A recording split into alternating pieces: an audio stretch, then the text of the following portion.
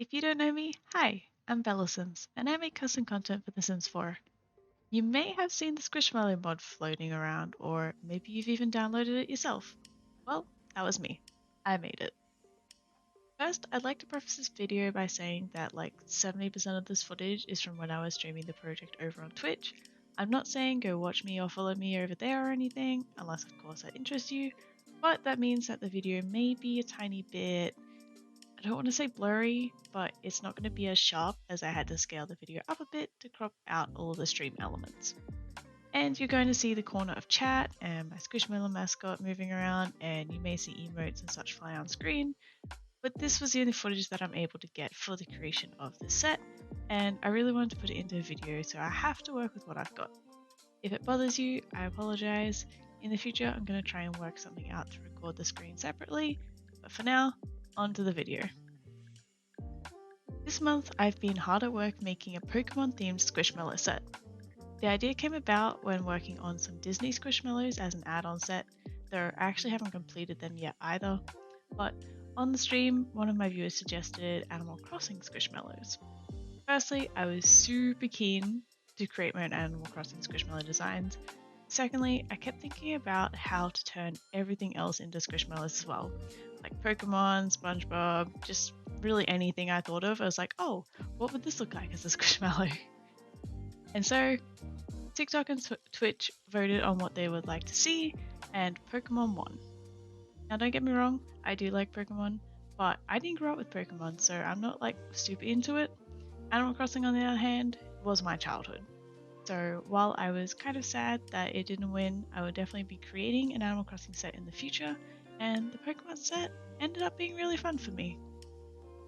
I started out with my good friend Bulbasaur. Don't come at me, he is my favorite Pokemon, at least from Gen 1, and I thought it would be a good step into translating certain Pokemon features into a Squishmallow. Because this was the first Squishmallow, I was kind of unsure of myself, especially when making the bulb on his back, but as we went on, I kind of found my confidence and my routine, and the future Squishmallows became easier. I also ended up doubling the texture size for these Squishmallows just because there's a lot of details, especially in the future Pokemons, and I wanted nice, crisp lines. I might one day go back to the original set and do the same, but for now, these ones do have a higher quality texture than the base set. Not to mention, that would require redoing over 170 textures in the base set to be high quality, and I'm just not ready to sign up for that much work right now. But after Bulbasaur, it made sense to do all of the other 3 starters, so then came Charmander and Squirtle. Charmander was, to be blunt, pretty basic because he is very round. His main feature is his flame tail, which you can see I started, decided it was terrible, and figured out how I can make it look better, which basically meant more detail by splitting the one face at the end of the tail that forms a singular round flame shape, splitting that into 4 faces and having 4 individual pointy flame shapes. I had to get creative with the texture of the flame as well, which is different to the official reference picture that I used, but I really like how the end result came out. Now, like I said, Charmander is kind of basic, so that's all I really have to say about him. I'll dip out for a second and come back when it's time to move on.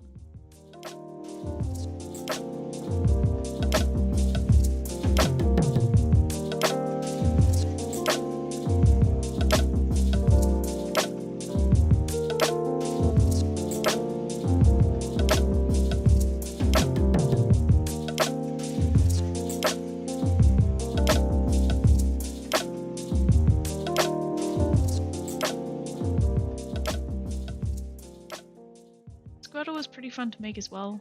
I wasn't sure how the shell would turn out, but the idea that I had in my mind ended up working first try. At this point though, I was still a little new to the workflow, so I do spend a lot of time trying to perfect things, but I get faster at this, I promise. The idea basically boils down to this. Take a rough selection of faces from the back of the base Squishmallow where I wanted the shell to cover, and use this as a point to extrude out the rest of the shape. In the end, I merged all the vertices that you don't see to the center to save on geometry. But now that I've made Squirtle, I had the suggestion to make the Squirtle Squad leader, which was easy enough, he just needed some cool glasses.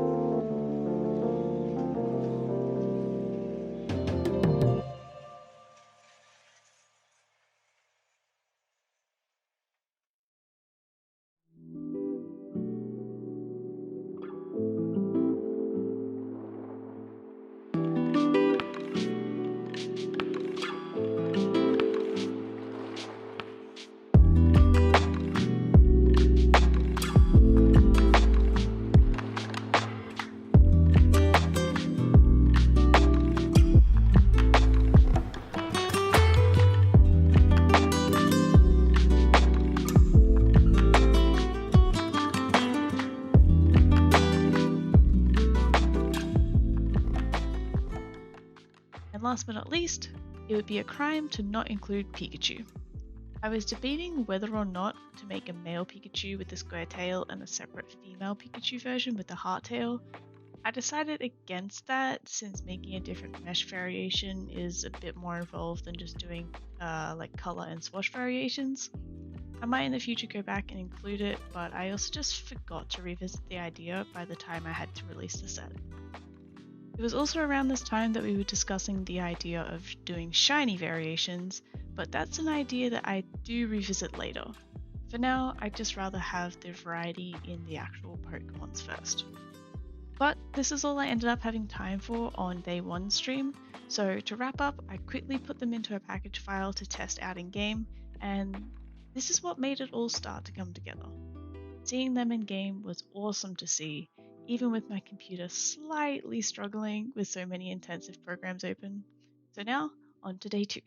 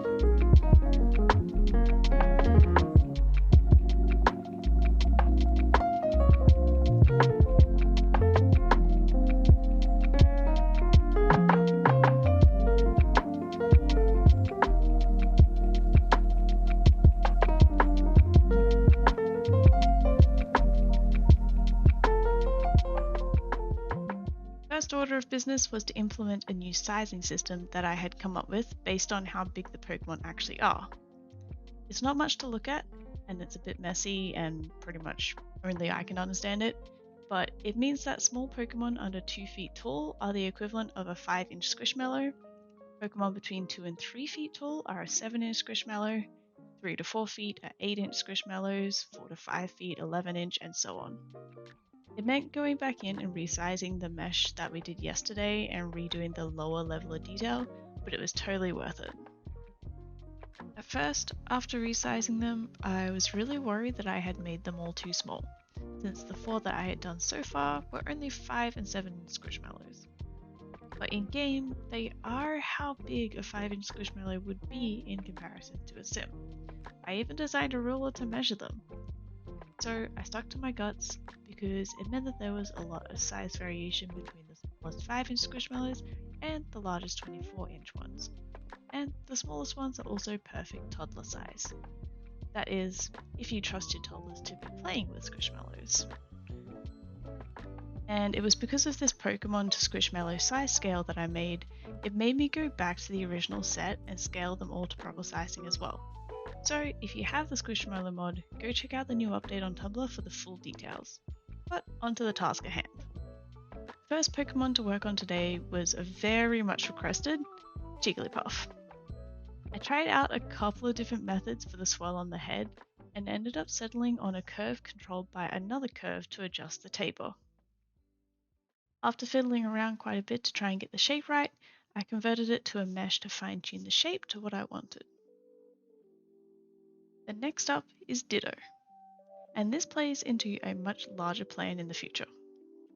Ditto was literally the simplest Squishmallow I have made to date. He's just Squish. I decided against giving him a more Ditto shape because then he would just be a Ditto rather than a Ditto Squishmallow. a Ditto Mellow, if you will. The face I gave him originally just wasn't it, and I settled for a more simple smile instead. The smile would then go on to bless the faces of all the Squishmallows in the set.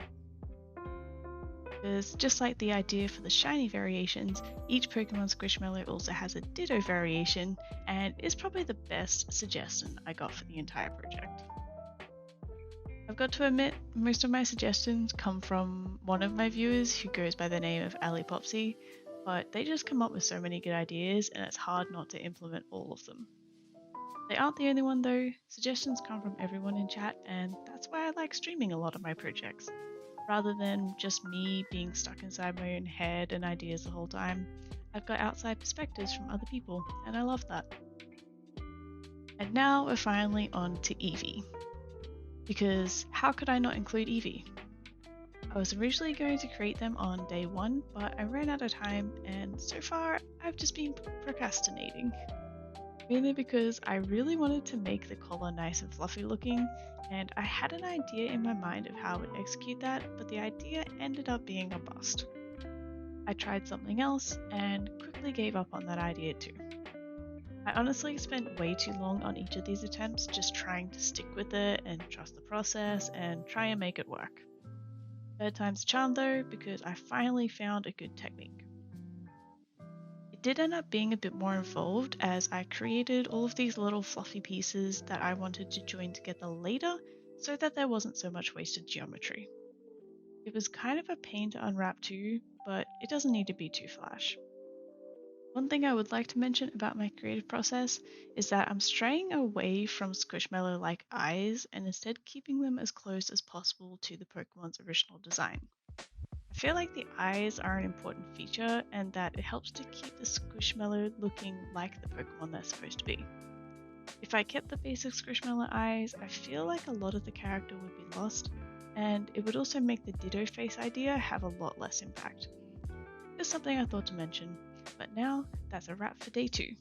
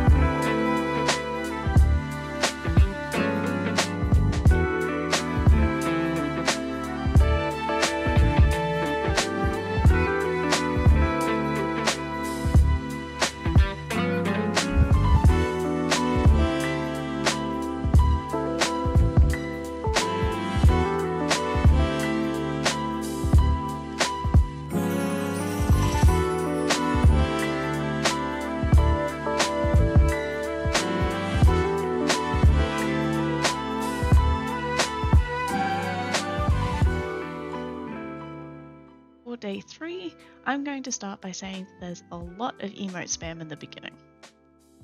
First thing I wanted to work on today though is the Eeveelutions. By this point, I had decided that this set is going to be exclusively Gen 1 Pokemon, which opens up the opportunity to create future sets for different generations. So, in this set, I'm only going to do the Flareon, Jolteon, and Vaporeon Eeveelutions, but I guarantee all of the Eeveelutions will be done eventually with the other sets. Even though I've only just finished this set, I'm still on like a creative high from it and already thinking about a Gen 2 set. Forget the Animal Crossing set, I'm on a high on Pokemon now. But for real, it's going to be a little bit before the next Squishmallow set. I feel like there should be a bit of a break between them, and June is Pride Month, so I'll be busy working on content for that. So maybe in July, and by then I might change my mind and really want to go back to the Animal Crossing idea. Anyway, I take Eevee as a base and work on Flareon first. The tail is usable, so I just make it more spiky and flamey by extruding out individual faces until I'm happy with how full it is. The collar is a lot different, so I ditch the original and work on a new one with a similar method to how I did the tail. I also almost forgot the flames on top of the head, so I'd be sure to do that as well.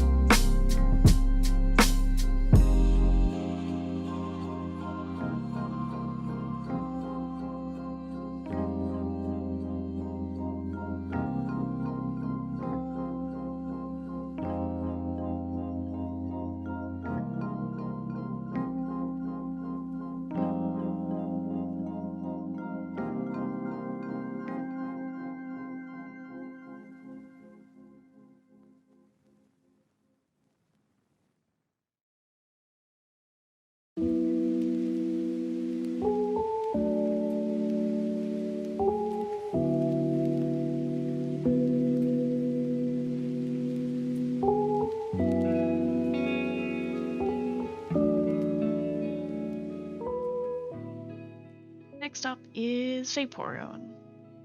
Even though there's a lot of details to include, like the top fin, the side fins, the collar, the tail, and the spines down the back, it seemed easy enough from the surface because I am just procrastinating Jolteon just a little bit longer. Because there were so many individual parts, Vaporeon did take a little bit of time to do, but it was a fun process. Because I used the technique quite a bit here, I'll talk a little bit about my process. So for the fin parts, they are just simple planes extruded out. To get the added geometry detail to form the curved border, I use the knife tool to add in cuts that link back to a vertex. This saves adding a heap of unnecessary vertices if I had have just subdivided it. And I think it keeps it a bit neater overall. For the collar, I duplicate and separate an edge loop from the body so that way I have the same number of faces around the outside. Then I just extrude it and use the knife to split each vertice into 3 for the curve detail.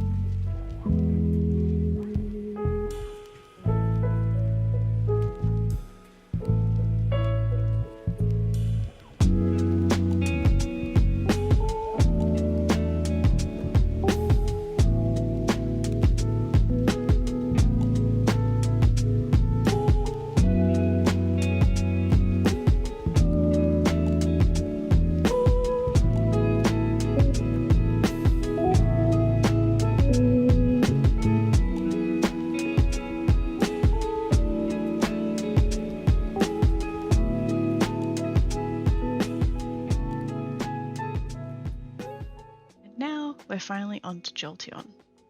I was procrastinating mainly because I didn't really have a solid plan, but in the end, it turned out pretty good, I think. I did the same technique of separating out a loop from the body to work from, and just made each face super pointy.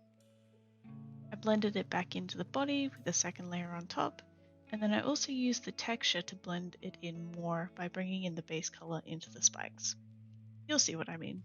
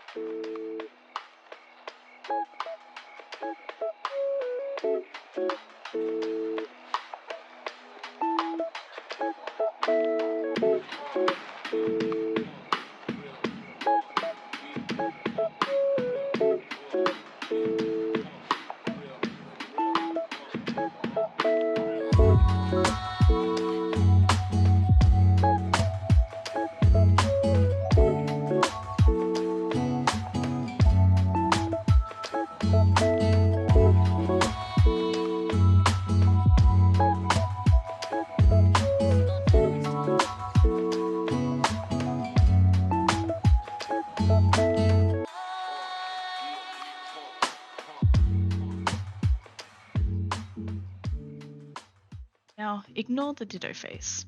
I just hadn't created a new material yet for the next Pokemon. I do tend to do that a lot, and not just for the Squishmallows, but for other projects too, where I just start making a new object using the old texture, either on the 3D model or on the UV, but my brain just doesn't see it and I forget that anyone watching will immediately notice that it's wrong. But here's oddish. I started making this on stream, but like 2 minutes in, my partner texted me saying, "Hey, I finished work early, come pick me up." So I had to leave in a hurry. I didn't end up streaming once I got back home, and I didn't get another chance to stream the rest of the project before it was time to release it, so from here on out is non-stream footage. Hooray!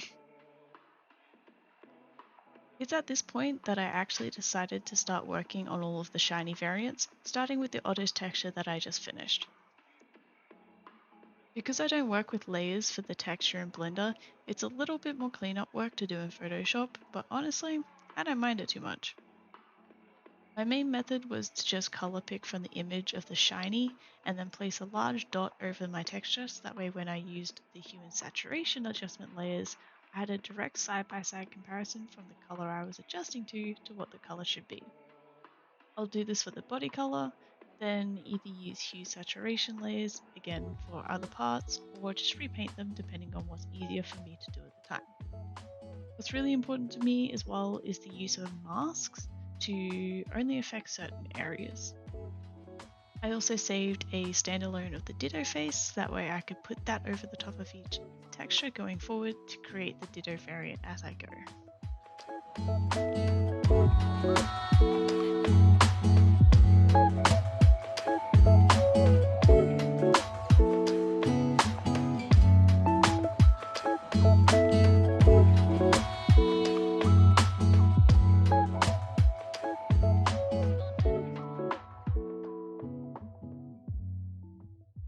As you could probably tell by now, this was quite a large and involved project.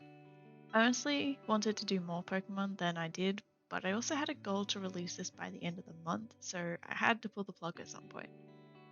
I never really had a goal of how many Pokemon I would include in this. I said at the very start that I was just going to keep going as long as people were interested and until I got bored. And I didn't really get bored at all.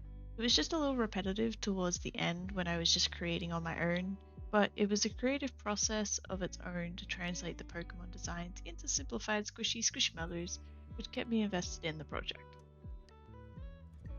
While making things on stream, it tends to be a lot slower because I'm also hanging out with chat and getting feedback and such, so this was a happy balance to really crunch down at the end of the project to get it all done. I pretty much did the same amount of work off stream that I did on stream in half the time, but that's okay. Speaking of time, how long do you think that I spent on this entire project? Because I'll be honest, I looked at the timer at the end and was surprised at how short it was because it felt a lot longer. But then again, say I spent a 3-hour long stream working on them, I only recorded 2 or 2.5 hours depending on how productive I felt during the stream to make up for all the time spent talking, taking breaks, etc.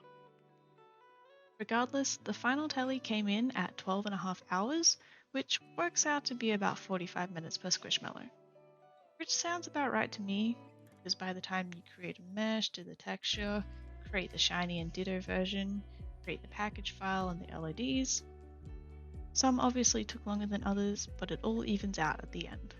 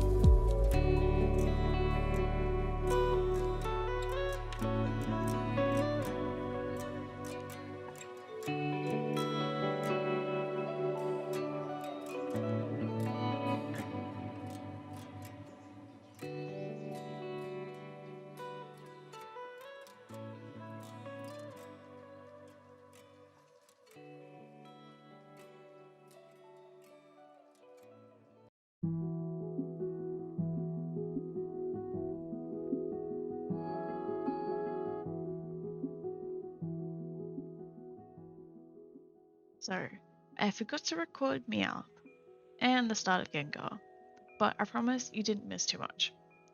Gengar was another simple Pokemon to translate, just gave him little spikies and slapped on a texture.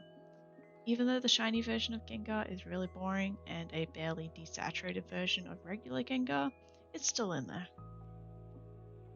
So, wrapping up, here's the final set in all its glory and all the variations. It's an add-on to the base Squishmallow mod, so be sure to download that as well to get the full functionality out of them. The download link is below in the description. And even if you don't want the Pokemon set, I recommend you check out the update to the base set for the new sizing system and general bug fixes. The Pokemon set is released to my patrons now as an early access period, and it will be released to everyone on the 11th of June. Let me know if you'd like to see an Animal Crossing set next or a Pokemon Gen 2 set, and who you'd like to see for that. Thanks for taking the time to watch this video, and I hope you enjoy.